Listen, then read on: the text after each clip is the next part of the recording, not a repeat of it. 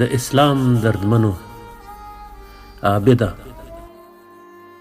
هغه څه چې ته یې په ډېرو وظایفو او نوافلو کې لټوې د خدای تعالی د مخلوق په خدمت کې ډېر ښه موندل کیږي. زاهده، څه شی چې ته یې د ځان په وږي ساتلو او نفلي روژو نیولو کې غواړې د مساکینو او فقیرانو په مړولو هم لاسته درځي.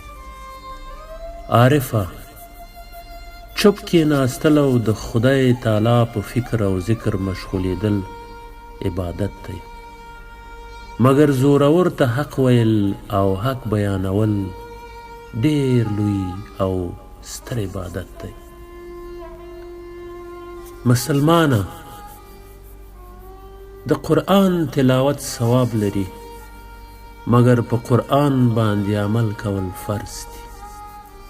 ای د تقوا او ریاضت خاوندانو، تاسو له خپلو کوټنیو سرونه راوباسئ، له دې سپینو څادرونو مخونه راښکاره کړئ او په عالم کې سترګې وغړوئ چې د خدای تعالی د مخلوق څه حال دی او په څه راز مصیبتونو اخته دی، په جهان کې څه مظالم او څومره بې رحمۍ موجودې دي.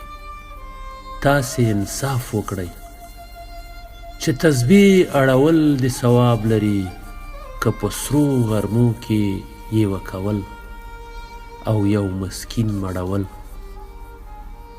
په جانماز باندې قرار کښېناستل ښه دي که د خدای تعالی په لاره کې ستړي کېدل. رښتیا ووایاست چې د بل په خیرات روژه ماتول ډېر ثواب لري که خپل مال له مسکین او فقیر سره خوړل. خپلې سترګې پټول ښه دي که د بل سترګې خلاصول.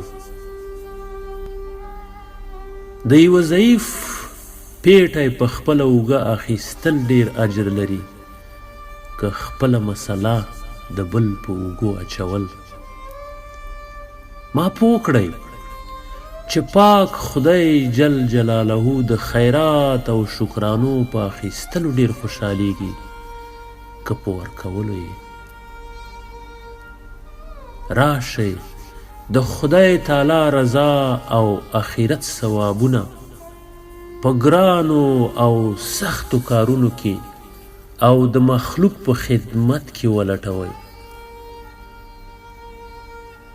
یو مظلوم د ظالم له منګولو خلاص کړئ، د یوې کونډې په سر پوړونه واچوئ، د یو یتیم اوښکې پاکې کړئ،